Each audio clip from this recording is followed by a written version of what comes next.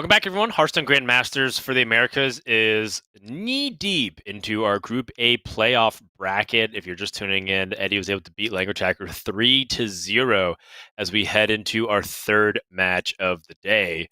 It's going to be Firebat versus Empanizado, and the loser here is out of playoffs. There's no more second chances. For the rest of today, a player will be moving up and a player will be moving down, starting from this match on. That's right. So Firebat performing well in Division B, earning himself a chance to have a chance to get to Sunday. But first, he's got to go through Empanizado. Then he's got Language Hacker waiting for him. It's going to be a long road for a player that's been one of the best in Hearthstone since pretty much the very beginning. So we'll see if he can get it started against Empanizado. Yes, and I think that it's going to be quite an interesting one because we have Hunter thrown into the mix now, as we've seen a couple of fourth decks rotate. Is it Rogue? Is it Druid? Is it Warlock? Firebat's going for the Hunter-Druid combination on top of Demon Hunter and Warrior. And it seems like with this ban away from Firebat, and I anticipate Firebat banning Warrior away from Empanizado, which he has. Think so? This means that we are not going to see Warrior for this group. Well, I guess it's hard to be surprised. I was surprised last week when we saw some Warriors get through. It's such a strong deck right now, and I think the players that experimented with banning Demon Hunter instead last week kind of learned their lesson, or at least, and other players learned their lesson via the players that didn't ban Warrior.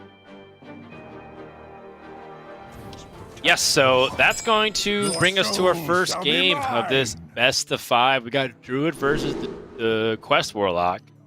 And Firebat's off to an amazing opening hand. What the heck? That is all of the ramp you could possibly hope to hit early on with the extra card draw from Fungal Fortunes as well. But that is a curve. You're going to go Wild Growth, Overgrowth. He's going to be getting all the growth. That's right. He's going to get all the mana crystals. That's right.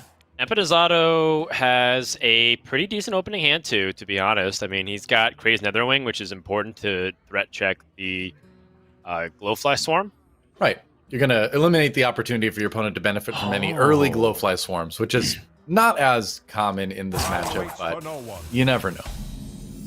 Firebat has an Innervate as well. He actually has a couple of different ways he can go about this. He could Fungal Fortunes on 2, Wild Growth, Overgrowth on the following successive turns. He also could Innervate Wild Growth and then Overgrowth. But he doesn't have anything he's curving into. Like, he doesn't have the need to Wild Growth, Overgrowth into, say, an Overflow. Right. Which would be the holy trinity of, like, how you ramp and draw cards. It might just be a Fungal Fortunes and then Wild Growth into a Glowfly Swarm. That actually just might be his line here. Let's find out.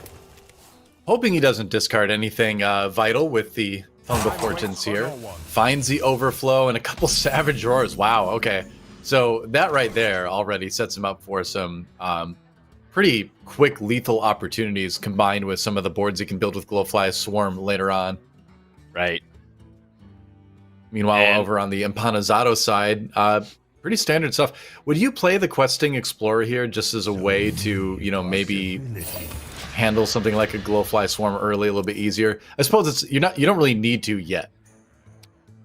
I usually do because I like to get ahead of my opponent's boards as the Quest Warlock, but Druid does tend to be like one of those classes that you can also be slow against. We kind of talked about how any class that takes a while to get set up, you can totally justify life tapping onto.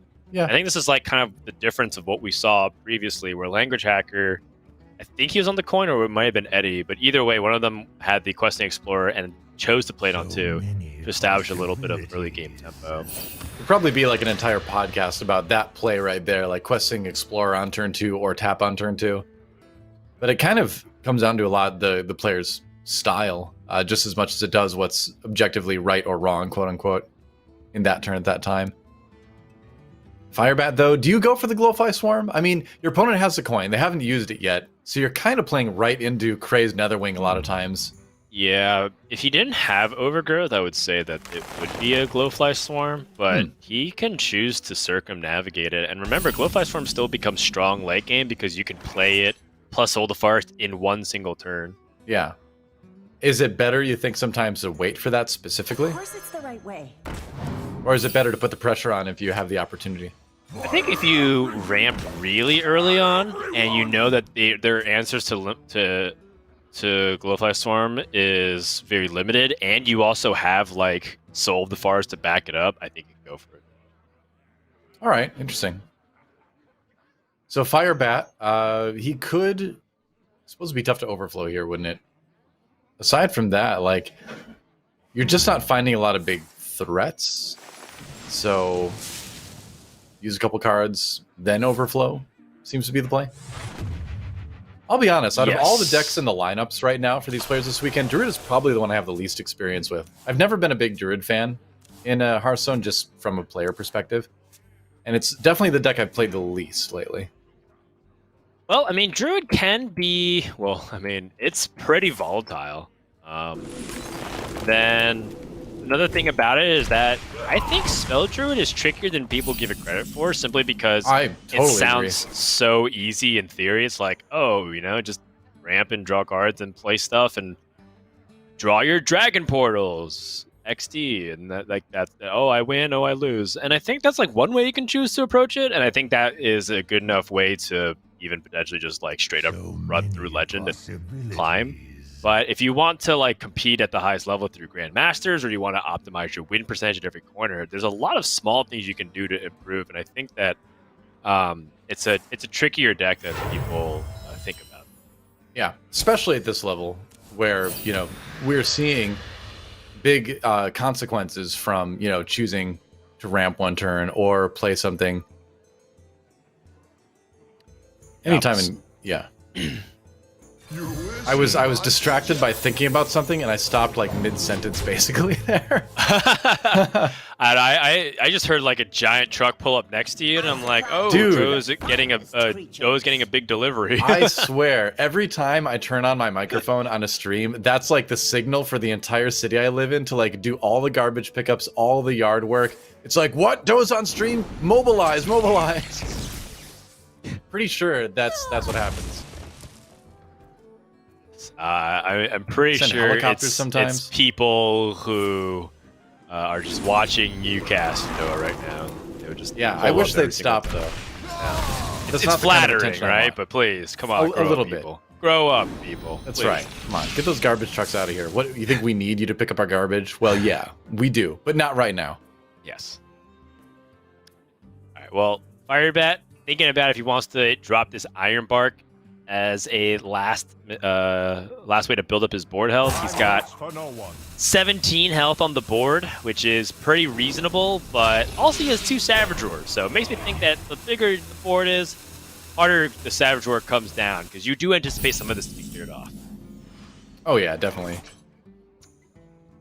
a lot of cases, you'd think everything's going to be cleared off except for maybe your Mount Cellar, but right. It all depends. Now, we already saw one more Artificer go down for Empanizado, so I guess Firebat, in that sense, can be a little bit more confident that some of his higher health minions are going to survive. Yeah, this kind of... It looks like you have to play the Crazed Netherwing here to shut down the possibility of Soul of the Forest and Savage Roar from completely blowing you out. Right. So I think you have to. I don't know if there's justification of playing Soulfire here as well. It doesn't kill the Mount Cellar, and you know you're gonna end up maybe even just hurting yourself if you shoot the 3/4. So, but this overflow hurts a lot.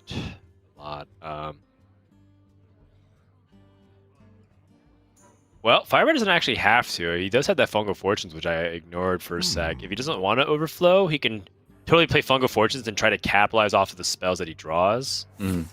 I just think that it's a little bit harder to use overflow, so I'm a fan of using it.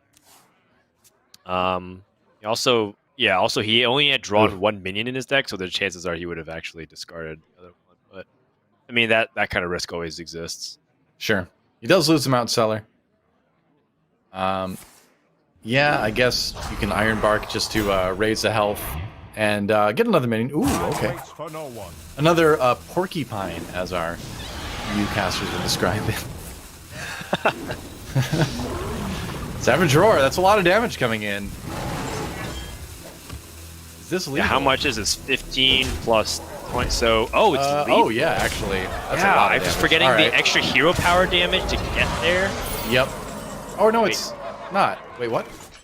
Oh, because it was rush and not charge. I'm too OG. I've been thrown off a little bit here. Apologies. Either way, it's still a lot of damage from Firebat.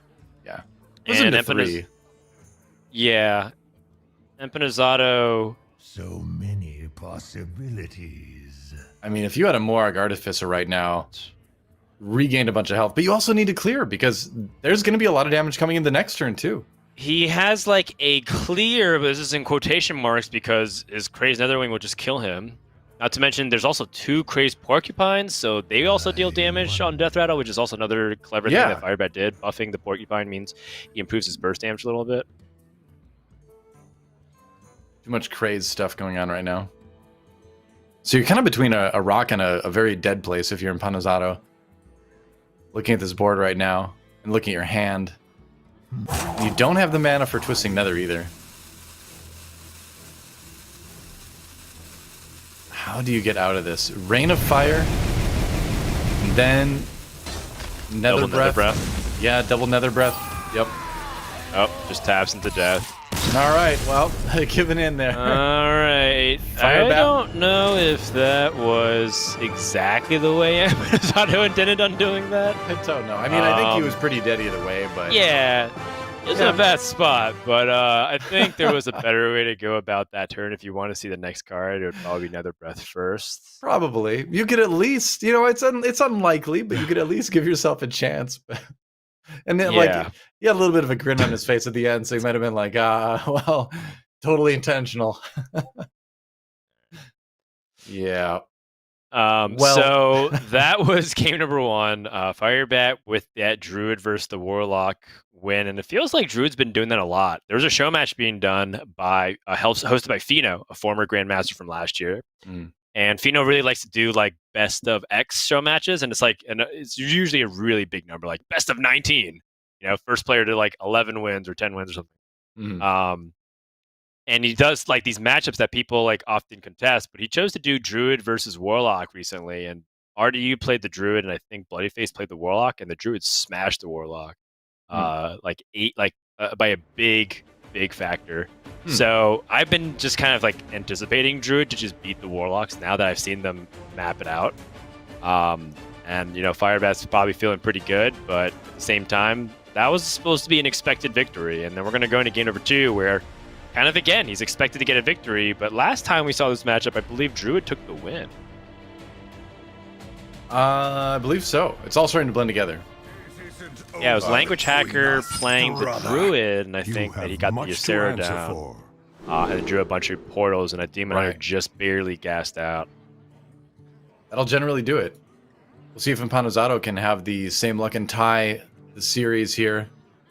Sees Ysera unleashed in the opening hand. Not what you want to see. Probably toss that one back, but he's hoping to see it later. That's right. Oh no, he keeps it. Oh, okay. So just hoping he can ramp into it, and I guess you know, again, like referencing that game from earlier, it's hard to argue with that. Yep. So Firebat has the 3 1-drops, which is often considered to be a dream. A lot of people really like playing Battle Mage first because it is, you know, something that can, you know, Battle Fiend versus the Battle Mage is around comparable stats by the time they get to attack anyways, but the 2/2 is more guaranteed and presents a little bit of a bigger threat immediately. Gives you the flexibility to decide if you want to, you know, use a Beaming Sidekick on turn 2, or if you want to attack, and I guess normally you would use it. Think about it.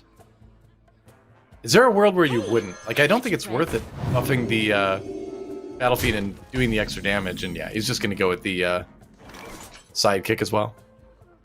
Yeah. Breath of Dreams. just to get that ramp going a little bit more. Gets the card draw as well. He had the Azera in the opening hand along with the Breath of Dreams, so he knew he was guaranteed for that at least.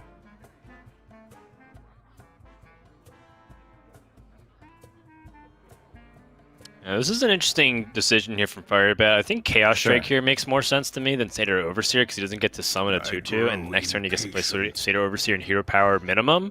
Totally. And then turn 5 he gets to play Warcuse the Basanoth. Another Chaos thing Strike. is that in this matchup, I actually do like playing Satyr Overseer after Warglaze of Basanoth as well. Oh, interesting. He wants to really just straight up pressure. I mean, it is 4 damage coming in the next turn, so that does present a significant risk for Empanizado. And you know the Druid doesn't really have a way to deal with this early in the game. Just trying to burst him down. I mean, because from Firebat's perspective, what's Empanizado going to do? Maybe like coin into Glowfly Swarm, and that doesn't even clear the minions. Just maybe forces the trade the next turn. So I guess I don't mind it. There's a Wrath. And a Bog Beam too. Not active, but he's got ways to clear the Satyr Overseer at least.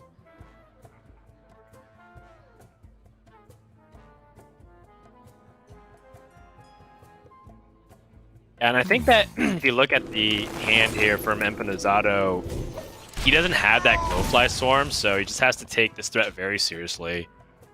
And for Firebat, that's a win, because he's hoping Empanizado would not play Overgrowth, and if he did play Overgrowth, he would take big damage. Yeah. He's going ahead and using the Chaos Strike to get another card, do a little bit more damage, pump up your Battle Fiend. And Empanizado already looking at sub 20 HP in what could be a pretty short game unless it turns around very soon.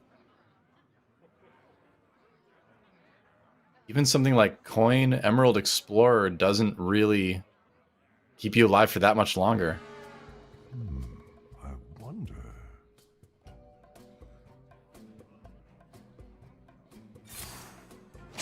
He's going to just go ahead and take down this Battle Fiend here. This is kind of one of the awkward things about having such a heavy dragon deck, which is like sometimes you just have to keep, holding your breath that you can outlast rather the damage that comes in and hope that your wave of dragons can do it. Right. And it just feels a little bit too slow to me. Yeah, sometimes I see this dragon package with this Spell Druid, and I wonder if it's almost counterproductive to the sort of mission of Spell Druid, which is to attack your opponent with big Glowfly Swarm turns and then big Ysera board turns in the late game. Sometimes the dragons feel like they're really perfect, and other times they seem like they kind of get in the way a little bit.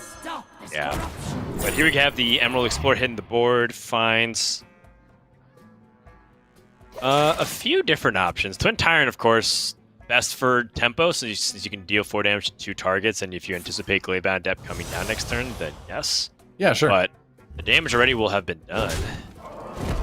Glaybound Adept's going to already hit for 4. Yeah. Presents a difficult minion to remove in a Druid deck that does not include Swipe. And then Oh.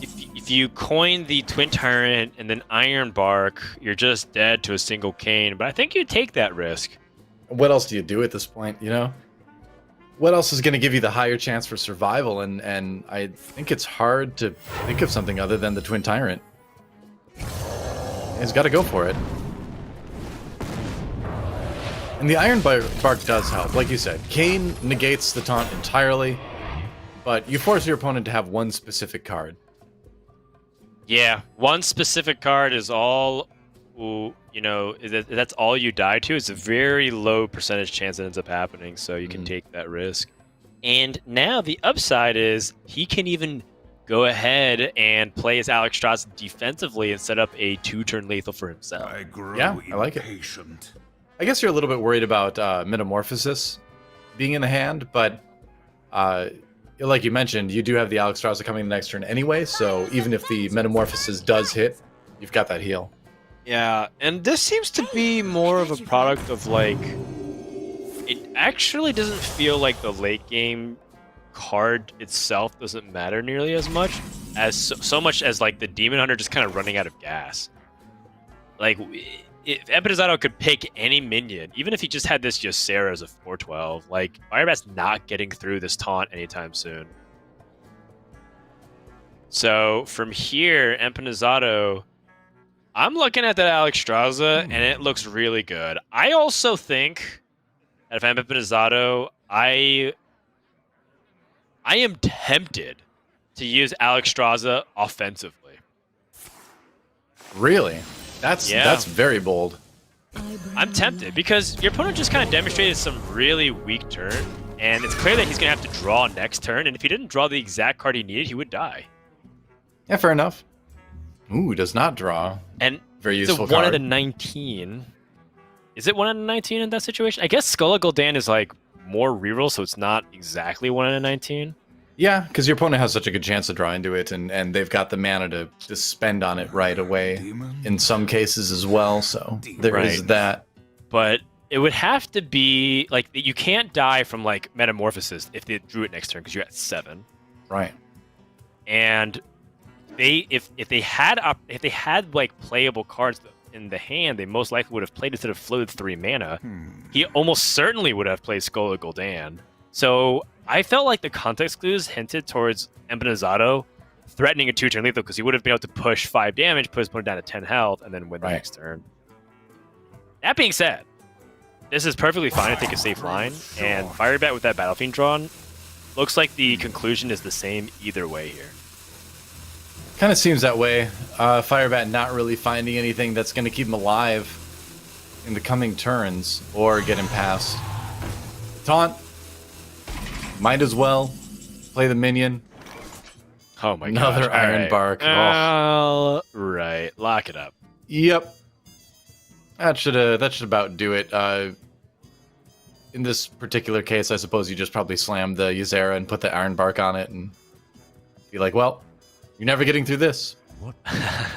Kane's not going to be enough. Or, well, yeah. Maybe Kane is enough. I think that it would be Skull of Gul'dan into Kane, which actually might be threatening it. So I think instead you might want to use the exotic Mount Seller, and then. Okay. Or if he was feeling really unsafe, he could trade and then play Overflow. I wouldn't recommend trading with both minions. I would trade just the twin. Yeah. It's I don't only think going he to take needs 1 to do damage. No, but this is one of those turns, too, where you're either going to lock up the game or you're going to totally throw it. And he knows that. It makes it tough to make the choice. He does go with the Ysera play, actually. This presents the bigger taunt, I guess. Smaller board, less power. So maybe you're not going to kill your opponent as fast, but you do have a lot more HP to get through if Kane isn't drawn. Oh no, another Umberwing for Firebat. Yeah. I guess my challenge to that play, even though it looks perfectly fine, like, honestly, again, Empanizado was in such a good position that I think it didn't really matter how he chose to go about it. It's just that, like, what does another 15 health minion do that the first 15 health minion couldn't do? On 8 mana for the Demon Hunter, which is, there's not really much that they have at their disposal. If they can deal with that first taunt, it's going to take either their entire turn or they have Kane to ignore both. And so the Mount Seller, in my opinion, presented more of a threat because it would generate more damage on the board and it scales better with what you can do. Not to mention there's like a chance that you get rush minions and taunt minions and stuff too. True enough. So the lowest percentage bring of any class in the Americas, Druid, gets the first 2 wins in this series. Both Firebat and Empanizado getting their Druid wins in. Now it's just Firebat's Hunter and Demon Hunter against Empanizado's Warlock and Demon Hunter. It does seem like Druid is a deck, we were talking about at the beginning of the top of the show, is a deck that seems to be making a comeback, and that could just probably goes to show you how the meta has gone full circle, which was Druid was very good in the beginning, especially before the Kael'thas nerf. Kael'thas nerf came through. They decided to play Druid anyways, still performed okay. And the meta shifted one last time, and Druid felt like it got pushed out. And finally, without any nerfs or buffs in the past couple of weeks, it cycled back to being good again because other archetypes like Quest Warlock starting to rise in popularity. Yeah, it is interesting. Because Druids look pretty strong today, honestly. And it's going to be Demon Hunter versus Warlock for the next game between Firebat and Empanizado. Firebat going right back to the Demon Hunter. Empanizado back to the class he attempted to get a win with earlier. And we'll see who can take the lead in the series. If you're Firebat, you can kind of shrug off that last win as one where you know you had a lot of opportunities to actually take that game, but the cards just weren't there that time, and that happens. Yeah, and sometimes, even if it doesn't pan out, like, we all know what Demon Hunter is capable of, so, you know, no sweat off of Firebat's back. This is a really interesting opening hand, and I think if I'm Firebat, there's justification for 4-keeping here. Because the Skull of Gul'dan, the hardest part about it is getting it into the good position, because you're going to be able to play it on, like, this game will go long enough for you to play Skull. Oh, for sure, you have Altruist and Twin Slice already in hand, which means that you play Skull, then you play Altruist. Twin Slice is already in that position for Outcast, and you can get the two going. So if I'm Firebat, I'm immediately thinking, is this worth 4-keeping? He chose to throw away the Altruist, but it was definitely at least worth evaluating for a little bit. You know, Altruist is such a nice minion to have around in this matchup, too, because you need every little bit of damage pushed through. In the end, anyway, draws another Skull of Gul'dan. Yeah, and I think it's because while Altruist is great, it's like he doesn't necessarily want to play Altruist on 7. In fact, if anything, he wants Skull of Gul'dan to draw Altruist so he can go for even crazier turns. Very true. Blazing Battle Mage comes down. That's going to force the Questing Explorer to come down as well. Crimson Sigil Runner is the next drop for Firebat. Draws into the Metamorphosis. Okay. And yeah, you've got a pretty easy way to clear this 2-3. Wow, this is a pretty aggressive use of Twin Slice here. No kidding. I was expecting the trade, which doesn't feel good, but this is a little bit risky. From Firebat? I mean, doesn't it seem like a lot to dedicate to 2 damage when it's so easy for your opponent to both heal and remove those minions? I personally believe the Twin Slice to be one of the most important cards in this deck. But the thing is, Firebat doesn't have Wargaze of Azzinoth, he doesn't have Glaiveman Adept, and he doesn't have Altruist in hand. Those are the 3 like best users or best pairs to go with Twin Slice. Is it cold in the Okay. shadows? So I think without that information and the fact that Firebat has 2 skulls, not 1, but he has 2 skulls in Outcast position ready to go, I think Firebat says, I'm just going to go ahead and fight for most tempo here because I am going to have a consistent threat to play every single turn. Because he's going to Cane on 4, coin Skull on 5 unless he picks up something else. All right, and I can see that. Then be able to generate every single threat. So I think what he's trying to identify is the opportunity to use Twin Slice as a way to keep his Battle Mage pressuring every single turn. Right. And doing that with the knowledge that the Skull of Gul'dan is going to give him more cheap spell alternatives that normally Twin Slice would fill that slot.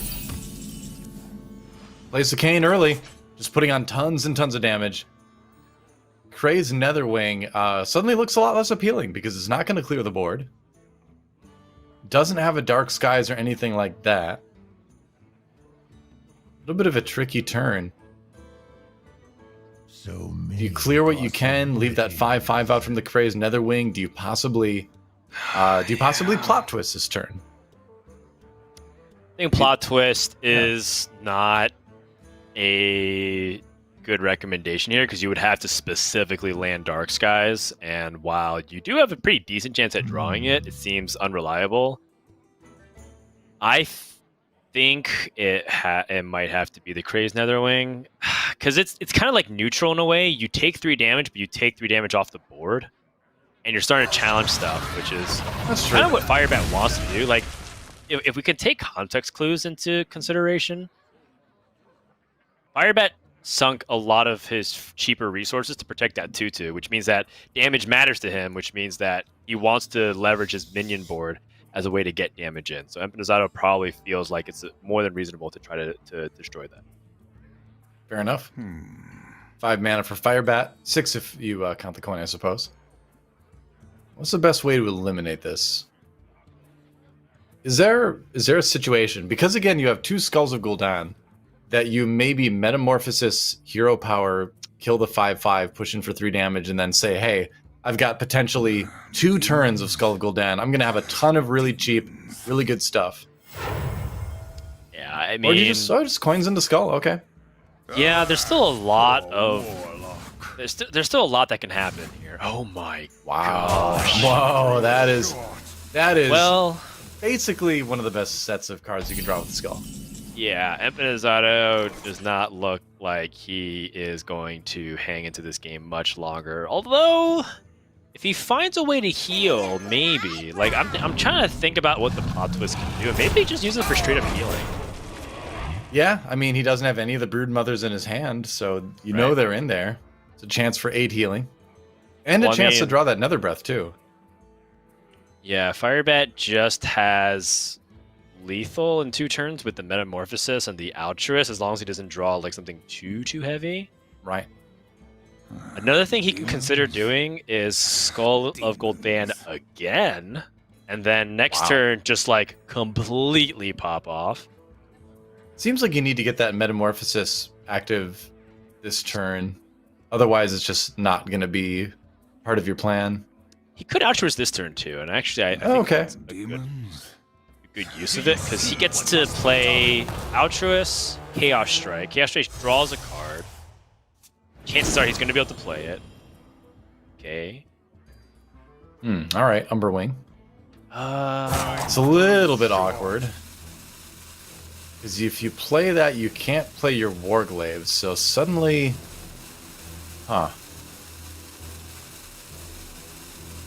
Suddenly this turn is a bit rough. I mean, you're committed to this, right? You have to finish clearing the 5/1 and the 2/1. Doesn't feel great if you're Firebat, I guess, though.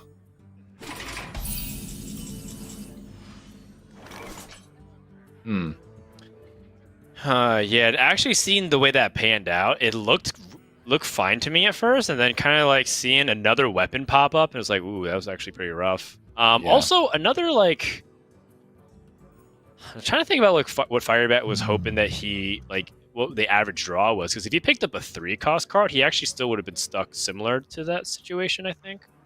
No, he would have been fine because he had that extra mana for Battlefield. I think if you pick up an I-beam in that situation, he's already got one in his hand though, and I think he probably only he does run 2. Okay. Yeah. I-beam would have been a good pickup.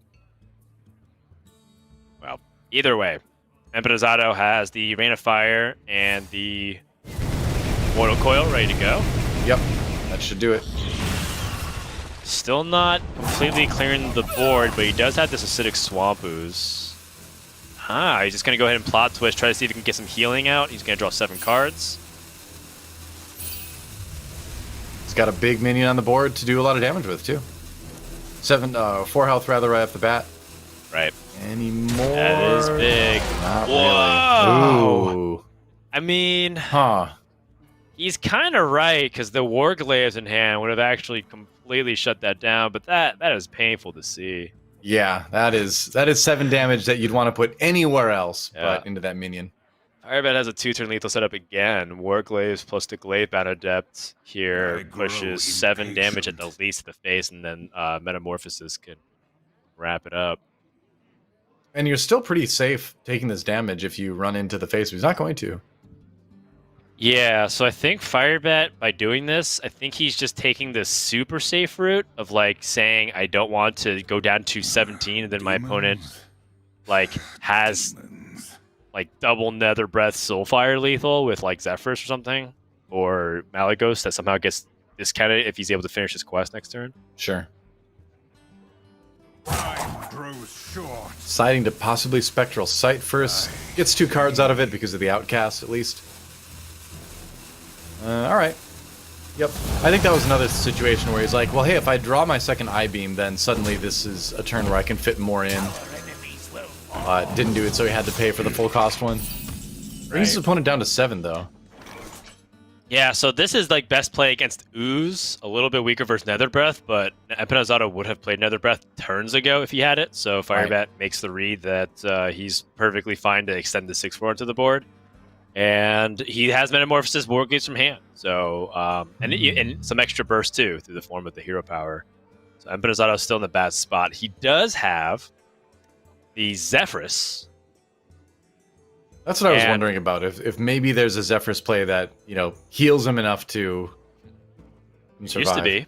And then they removed the Sacrificial Pact ability to target enemy units. Yeah, that's true. So if he plays Zephyrus, I'm pretty sure he's going to be offered Siphon Soul. That would be a 6-mana card, yeah. Yeah, if he plays this, he's going to be offered Healing Touch. And I think Edwin, and I'll say like Tyrion or something. Oh, and Lay on Hands. And a Tyrion Ford Ring for next turn. Yeah. But no, Healing Touch is going to be the play, obviously. It goes back up to 15. Is that enough, though? Yeah, I think it is. Okay, so Firebat has this Battle Fiend and this Warglaves. It's making me feel like this is a good opportunity. I know this might look like a good opportunity to play Warglaves and Skull, and it totally is. Yeah, I'm just saying that maybe an even better turn might be able to go for the Battle Fiend and Warglaive setup. Firebat hovering over Metamorphosis. I don't think he's ready to wait anymore.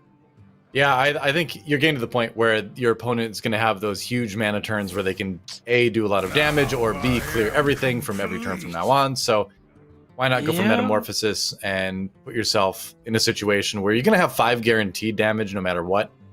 That's going to set up some more lethal opportunities. Well, the argument against it is that your opponent can just Alexstrasza them right back, and you just spent 5 mana putting them down there. But I guess like it does the same thing as the Warglaze anyways, and he wants... Sure. If his opponent doesn't have Alexstrasza, he's threatening to lethal, so I think it's totally fine as well. Yeah, and I mean, it's kind of another one of those points where it's like, what else do you do? You know, at some point you need to take your shot to get the kill. Well, putting your opponent constantly on 2-turn lethal setups is making it so that your opponent has to provide like the evidence that they can survive here. Right. And if you're Empanizado, do you feel bold enough to hero power here, or do you feel like you have to Alexstrasza yourself defensively? At 11 health with the Demon Hunter presenting 8 damage right now, I would be... I would have a tough time, honestly, because even if you do Alexstrasza, you're gaining 4 health, right? It's basically a heal for 4. Again, there's Metamorphosis and Warglaves on the other side, which is at least 8 damage. So that means your opponent only needs to come up with 7 from hand. And I guess there's a difference between the hero power right after too. Oh yeah, it's a good point. Yeah, so I guess there's the difference between that and then the damage that he would take right now, or he would, expose himself to right now. So okay, Soulfire. All right, and still put out the taunt. But, wow, that's enough. Yeah, Strike, Twin Slice, and the hero power. Yeah. Got 2 attacks left on that Warglaive, so that means he can get through even after clearing the 7/7. Feels good. That's gonna win game number 3. Demon Hunter able to run over the Warlock. I am curious about the win rates here. I'm gonna go ahead and pull it up for a sec to see the historical matchup data and Grandmasters specifically. And it seems like Demon Hunter is just narrowly beating Warlock overall, but against Quest Warlock, it actually has a losing record, believe it or not. So really interesting. It seems like a close matchup from the games we've seen over the last couple of weeks. Like it doesn't seem like either side is particularly favored, and just from the games we've seen. Since I've been subbing in for the last 2 weekends, it's been a lot of really close games when we've gotten to this matchup. Yeah, it seems like generally the small edge goes to Warlock. Right now, it seems before heading into today, it was +3 in game score. So 3 more wins than losses. But I mean, we also just saw a win for Demon Hunter there. So it seems pretty close. Pretty close. Yeah. Well, that leaves it with Firebat only needing a win with his Hunter to move on. Yes. Empanizado still needing Demon Hunter and Warlock. Where do you rate Hunter against, Demon Hunter right now? Got the Highlander Hunter versus the Demon Hunter for Empanizado. Empanizado swapping things up for the next game. Yeah, I think this might be Highlander Hunter's worst matchup. Tempo Demon Hunter. I think Warrior is also really bad, but sure. No, Warrior's a lot worse. So I would say Warrior's the worst matchup, and I think the second worst is Demon Hunter. I have a confession to make, Frodan. What's up? last time I was on the show, I was talking about how I thought Rexxar was a good guy for most of World of Warcraft lore. But I was thinking for some reason about Durotan, who was another orc that wore a wolf pelt like that. So I was mixing up my orcs. I actually don't know very much about Rexxar, but I do know Durotan is a good guy. Or at least a fairly honorable gentleman. I have orc. something else to admit. All right. I don't know who the heck these people are. Durotan, leader of the Frostwolf clan. Durotan. Are you sure that's not just some brand name like medicine that I could use? If 4 hours I'm still feeling the effects of Durotan, I should consult my doctor. Ask your doctor if Durotan is right for you. I think it's either that. It's either that or it's something that, like, you know, it's like a coating you put on your tires to make them last longer. Right. Use Durotan on your tires. Durotan for a smoother, safer ride. Yeah, exactly. I will keep that in mind next time I am casting a Rexxar versus Durotan match. It could also be a real long-lasting, like a spray tan. Durotan. Durotan. Yes. The spray tan that won't go away. That's right. Yeah. Got a lot to do. No time to spray tan. Durotan. That's right. Instant makeup for casters. That's how about that. There you go. All right. Well, focusing on what's happening here in this Demon Hunter versus the Highlander Hunter, you see that right now Demon Hunter is just able to get out to so much of a faster start than Highlander Hunter. And that's going to mean that Hunter, without like access to wide AoE clear or even just like Desert Spear, they're going to be struggling for a while here, Doa. Yeah, I mean, it's already to the point where it's like, hey, do I have Unleash the Hounds? I need some way to handle this wider board. I mean, Diving Griffin does draw you a card, I suppose. Gets a Zixor, which he can maybe bring back later on with something like a Scavenger's Ingenuity. We'll see. Right. This is interesting. I think Mana Burn is legitimately very good against Hunter because they are so dependent on hitting a curve that they're like waiting for their powerful influx of stats that are supposed to come at certain junctures of the game, and if you're just able to Mana Burn them, they can't do anything. Well, yeah, Empanizado wasting no time and grabbing that out of the choices from the Volpera Scoundrel. So he sees it the same way. So Bone Wraith is a little bit of a speed bump, but you got to get some damage done at some point too. So, all right, he's actually just going to play the Bone Wraith. That's probably the safest play. Sightless Watcher, the draw. Is this the Mana Burn turn, or do you save the Mana Burn turn when you're trying to prevent Bran from coming down? I think it's a good Mana Burn turn because turn 5 is also another big inflection point for the Hunter. You know, they like to play cards like Rottnest Drake, Faceless Corruptor, sometimes Boom Pistol Bully, and you can stop all of that. True, yeah. So that's my first inclination. Second would be on turn 7, going into turn 7 like you're talking. Right. Yeah, so it's going to take a lot of clearing. Get rid of this Bone Wraith. That is a little bit annoying.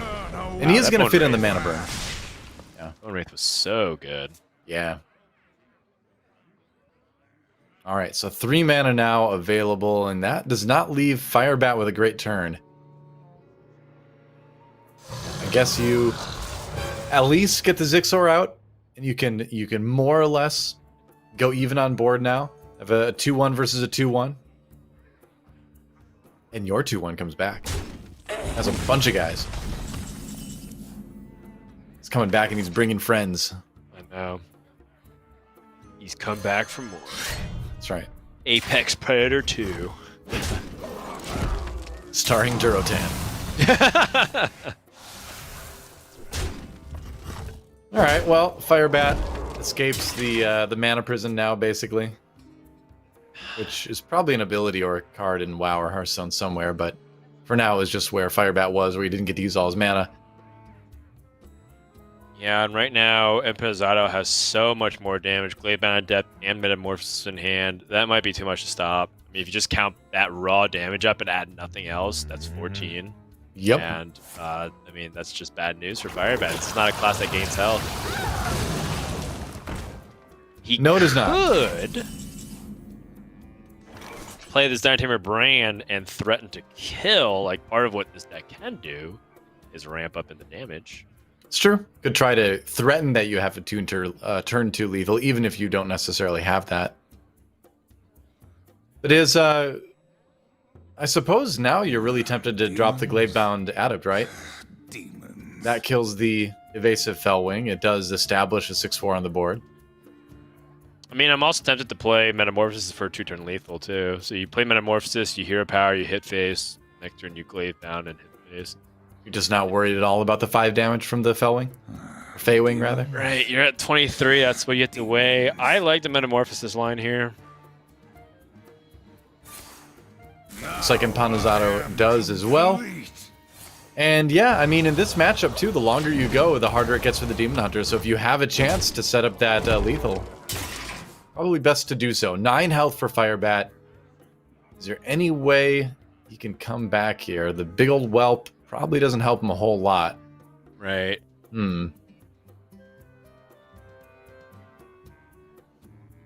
I mean, again, I guess you could threaten with Dino Tamer Brand, but now you're thinking, well, maybe I just Boom Pistol Bully and Hero Power just to try to deny, you know, maybe like Gladebound Adept damage or something. It's a tough position, and I don't think that Firebat has a clear answer here. I think the best play is actually just to play Dino Tamer Brand, but he knows that he's just dead guaranteed. Pretty much, yeah. I think his best play would be to Primordial Explorer into a dragon that has taunt, but there really isn't. So maybe the big ol' whelp here is all that you can hope for. Maybe find Quickly. some kind of weapon That ain't it. destruction. Super dead. Yep. Plenty of damage for Empanizado to use to tie up this series, which is what he's gonna do. Doesn't need to play a single card. Yep, just hero powers after the Metamorphosis wears off, and that's gonna bring us to a tie series. That's right. We're going to go to game number 5, and it comes down to a matchup that I think Firebat is happy about. Hunter versus Quest Warlock. Before the day started, we showed Quest Warlock's win rates against the field, and Quest Warlock struggled the most against Hunter. So this is the best possible position for Firebat, and if he wins, he eliminates Empanizado from playoffs and gets a chance to play against Language. Right. So Firebat, you know, in a spot that he's probably feeling pretty decent about, but you never know, right? I mean, because that Warlock, sometimes you think it's an unfavorable matchup, which, you know, arguably on paper this one is, but then you get those games where you just draw all of your healing exactly when you want to draw it. You have no trouble clearing the board, and sometimes it is harder for Hunter to put together a decent board early with the Highlander deck. Yep. So you never know. Yeah. And sometimes the Warlock curves out and beats the Hunter, and Hunter draws the wrong side of the deck, but it's going to be less likely to happen than the Hunter able to get out to an early lead. Don't forget about powerful cards like the Evasive Fellwing, which has been very difficult for Warlock to deal with. Mm-hmm. All right. A look at this Highlander Hunter deck for Firebat. You can see there's a lot of tools in this that not only present a lot of damage threats against Warlock, but also just a lot of decent board control too. Ways of dealing with big minions like Varanus and Rottennest Drake sometimes. Yeah, I think the inclusion of Boom Pistol Bully in all these decks are very good. I think the Grand Slam is good too, just to get that threat of potentially dealing 12 damage if they end up clearing the board. Right. I also am a fan of just like having earlier drops as the Hunter. And you can see he has cards like Injured Tolvir, which is better against Rogue. So Firebat really trying to use his Hunter deck to just be better against a pretty wide range of potential decks. And we'll see if it ends up paying off here, because the Hunter versus Tempo Demon Hunter was not very good, but we expect that to happen. Yeah. Sometimes the matchup goes by the numbers. But this is it. A battle to move on between Firebat and Empanizado. If I read the brackets right, and I'm pretty sure I did, the loser of this is out of contention for the playoffs. That's right. So, Game 5 is what it all comes down to. Yep. One of the players' seasons ends here.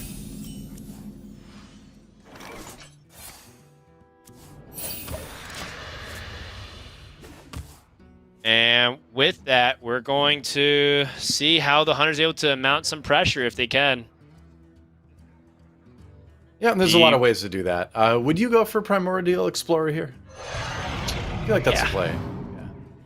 Sure. I think that you might be able to find just some good dragons to play on curve. Twilight Drake. I mean, the Dragon Queen Alexstrasza is... you want to talk about ways to survive if the game goes late against this Warlock deck. Well, Alexstrasza is a great way to do that. Definitely. Dragon Queen Alexstrasza doesn't care if there's another one in the deck. Right into the Stormhammer. Basic Fellwing feels better, but worse against Dark Skies, but like it's like a better curve option here. It's a better curve. So what do you value more? Damage or curving out better minions? Probably the curve, just because you want to be more mana efficient. It's not exactly clear because the Stormhammer doesn't use the durability when you swing with it. That's one of the convincing factors. Well, that's it's the like big thing. That's why that's why I'm kind of advocating the Stormhammer here, because you're not going to lose durability. It's not mana efficient, but then on the flip side, when else are you going to get a really good chance to play this evasive Fellwing? And I think that's where the big struggle is. He's going to go with the Feywing rather in the end, but you can see it was a bit of a challenge for Firebat to decide what the best line was there. Yeah, I think the Feywing is just more mana efficient, and it's the strongest now. It's the strongest it'll ever be on turn 4. Yeah. So I think that for Empanizado, he is gonna have to deal with it off curve, and Firebat's like okay with that. But yeah, it's not a great position to be in. I mean, it denies a draw. It draws out the Dark Skies, so hard to complain too much about it in the end, I suppose. I mean, Firebat just drew Dimetember Brand. I don't think he's sweating the damage. Nope, not anymore. Gets 5 done to face. Does lose the durability on the hammer, but, you know, whatever. Whatever. And, yeah, it's not a big deal. If Dragonbane comes down and gets a free shot for 5 to the face, too, that's really bad news for Empanizado. Right. Here's a chance to heal with the plot twist. He's going to try to find some of those Arnasi Brood Mothers. Okay. Finds a coin again. I mean, it might be useful if he finds the ooze. He does. That's a big pickup. You can coin into that too, but no Brood Mothers, no healing out of that. That's okay. I mean, he has a Morag Nether Breath in hand for next turn, so it still has pretty good access to healing. This is definitely a case for not playing the weapon on 4 as well. In case the ooze came out, it would have been kind of blown out for that. That's decision. a good point. So I think it's okay. Here we go, Dragonbane. Wherever it lands, ideally, obviously the face, but if it lands on a minion, not the end of the world either. Sure. All right, see where it goes. At the very least, it'll cause some trade to happen. Damage, and it kills the ooze. Okay. Empanizado has no trouble now handling that. He's got a number of different ways to do it. Yeah, Keladon looks good to me. Oh, what? He's gonna Abyssal Summoner? That's so greedy if he does this. Particularly because Abyssal Summoner is only going to be a 7/7. That seems reasonable for Hunter to answer, especially on a Diamond Brand turn. Right? I guess it's because if he has Diamond Brand, he would have to run into it. But if I'm Firebat, am I going to try to run into this, or am I going to try instead to Hero Power? And he doesn't actually have a way to capitalize all of it from his Hero Power. I'd be worried because I'd be like, how good is this guy's hand? That he's just tossing down an Abyssal Summoner and he's confident that he's going to be able to maintain enough HP to survive against whatever's coming next. He's going to go for the Dino Tamer. So if Firebat chose to go for a hero power, he still had the chance of playing Dive Griffin and killing the 7/7. Right. But he's just going for maximum curve. And I think the reason why is because he wants to exhaust the Warlock of resources and then play Dragon Queen Alexstrasza. Yeah, that's true. That's actually a really good line of play where, you know, your opponent has no idea that's what you've got. They know you got a dragon from the Primordial Explorer and that you haven't used it yet, so it probably is something better late. But you just don't know, you know? And at this point, the Warlock can't waste a whole lot of time in terms of dealing with board threats. Got a very nice Mortal Coil on the King Crush, though. Ooh, and Alexstrasza is the draw. Yeah, and I think he respects the amount of healing that comes out of Hunter anyways. It's very likely that Morag Artificer and Nether Breath can just rebound him. So, you know, Firebat using the King Crush just kind of as a curve removal option. We'll see if it works. I am confident that his hand still has that power to back it up. It would seem that way so far. Quest completed for Empanizado. So that'll be handy next turn. Yeah, that's some pretty players big. choose to some players choose to wait and not life tap and then just allow it to happen. But going into turn 8, that would mean that he would only have 6 mana after using the hero power, so just kind of trying to maximize as much as possible. No, it'd be the same either way, wouldn't it? I wonder. Never mind me. You're Let's think good, about man. what Firebat's doing. Yeah. Firebat has the option of developing Tiamat this turn. It would be either as a 6/6 Rush Divine Shield or a 6/6 Rush Wind Fury. That doesn't feel nearly as good. So I think it's purely just the Divine Shield Rush. And then he has the opportunity to use Blazing Battle Mage to fill out the rest of his mana. Right. Can at least kill the Morag Artificer here. Quickly. Rush and Divine Shield. Yep. Okay, so Empanizado. Going into turn 8, does he draw the Twisting Nether? No. Finds a Rain of Fire. Still has a couple good options with this. He can still clear. Is this a good Keldan the Breaker turn? Yeah, looks really good. Yeah. He's just trying to make sure he's not overseeing any other options because he gets the hero power for and get a free card. Yeah. So I mean that's always good. Oh, all right. Something you can use later for sure. Caledon here is super good. Keldan trade. Yep. Thing about Oh. really Oh my. So he's going to use this to establish a 5/5 instead of a 3/3 basically. Because you can play Sure. the free Crazed Netherwing at the end. I like it. I mean, getting the Sense Demons out so that way he can play it. I think it's a good turn here from Empanizado. Yeah, it effectively does the same thing as what we were talking about earlier, but it just gives you a bigger minion at the end, which is just better.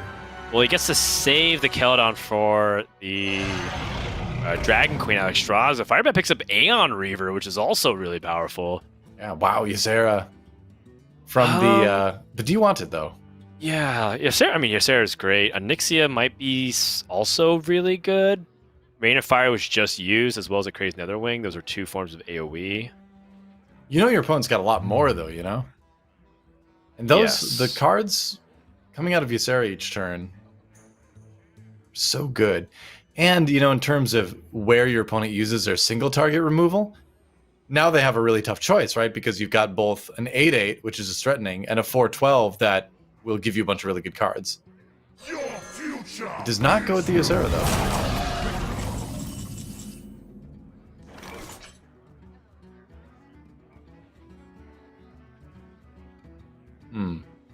So now Keldon looks a little bit less appealing.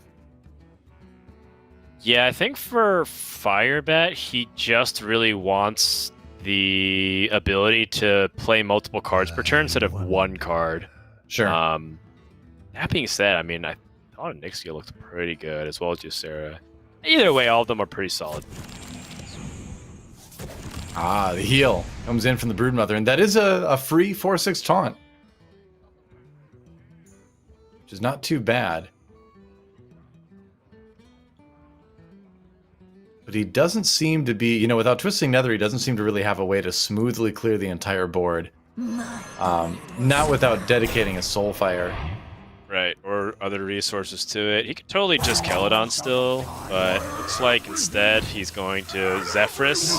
Oh, Zephyrus Lightning Storm, maybe? No, that wouldn't clear, though, would it? Frost Nova? Shadow Madness. Shadow Word. Oh, okay. Oh, Shadow Madness. Yeah, Poison. yeah. That's clever. Yeah, I like it. Yeah, kill 2 things. Cool. He doesn't get to use Zephyrus as like a killing option at all, but that's totally fine. He doesn't necessarily need to. Wow, that corrosive breath is crazy strong. What on earth? That is gonna one-shot the Broodmother. And Moarg Artificer is definitely a double-edged sword. Yeah. He buffs your opponent's spell damage too. The Grand Slam. I mean, it's going to hit for so much when he's able to leverage the Grand Slam. Right. Being able to remove the taunt with just a 3-mana card like that is pretty insane. Right. So suddenly Firebat swinging back into a pretty good spot in this game. Pretty good board built up. Empanizado still looking for Twisting Nether, but even if you find it... Ooh, okay, so there's a Nether Breath. Okay, question. Hit me with it. Is there ever merit? Oh. Hello, free Twisting Nether. Hold on, never mind. Twisting Nether for 0. Do you want to use it here, though? It's a strong board, but is there a different way to maybe get around it with maybe Keldon Nether Breath? No. I mean, Craze Netherwing Nether Breath, but that does 3 damage to you. That's fine. Alright. Effective 1 more HP, I guess. At the end of the day. And you have the 5/5.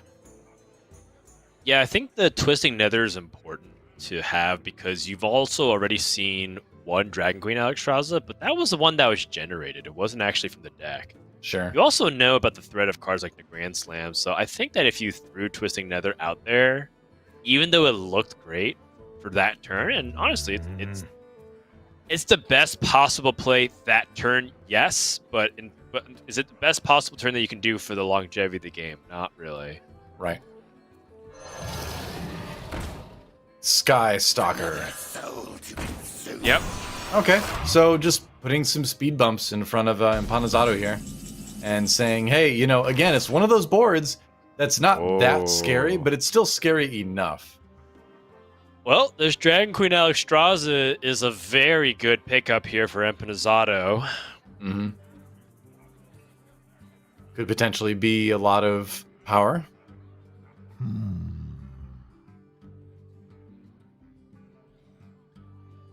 And he's still got things like the regular Alexstrasza in hand as well. So he's got a lot of tools to use. If he can get his opponent down to, 9? Mal'Ganis can kill with Soulfire? Or why do I keep saying Mal'Ganis? Malygos. I've got demons on the brain, man. Talking about Mal'Ganis instead. Yeah. That sounded like a much more serious thing. Like, if you had that sentence outside of a Hearthstone context, people would be really worried. But it's just Hearthstone. It's just Hearthstone. It's just Hearthstone, guys. Only game. Oh, wow. That is pretty awesome. Against a Hunter. And he finds another Malygos. Oh my god, yeah, I found it's a 0 mana Malygos. Oh, that is way too much damage. That's 14 damage from one Soulfire now.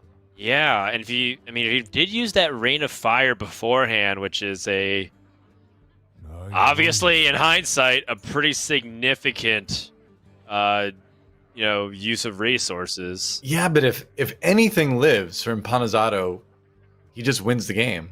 Right. Well, I mean, Firebat has the Zephyr, so you can actually just Twisting Nether this and be left with a 3/4. True. Oh wow, Varanus here. And he has the Arcane Explosion, actually, from the Zephyrus. Oh, you're right. I didn't even think of that. Yeah.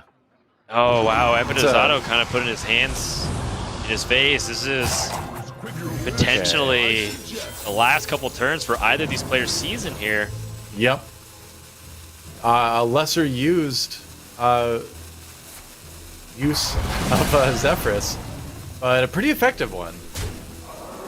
Really effective one. How do you win? Oh, Questing Explorer. You need more damage. You need that Rain of Fire.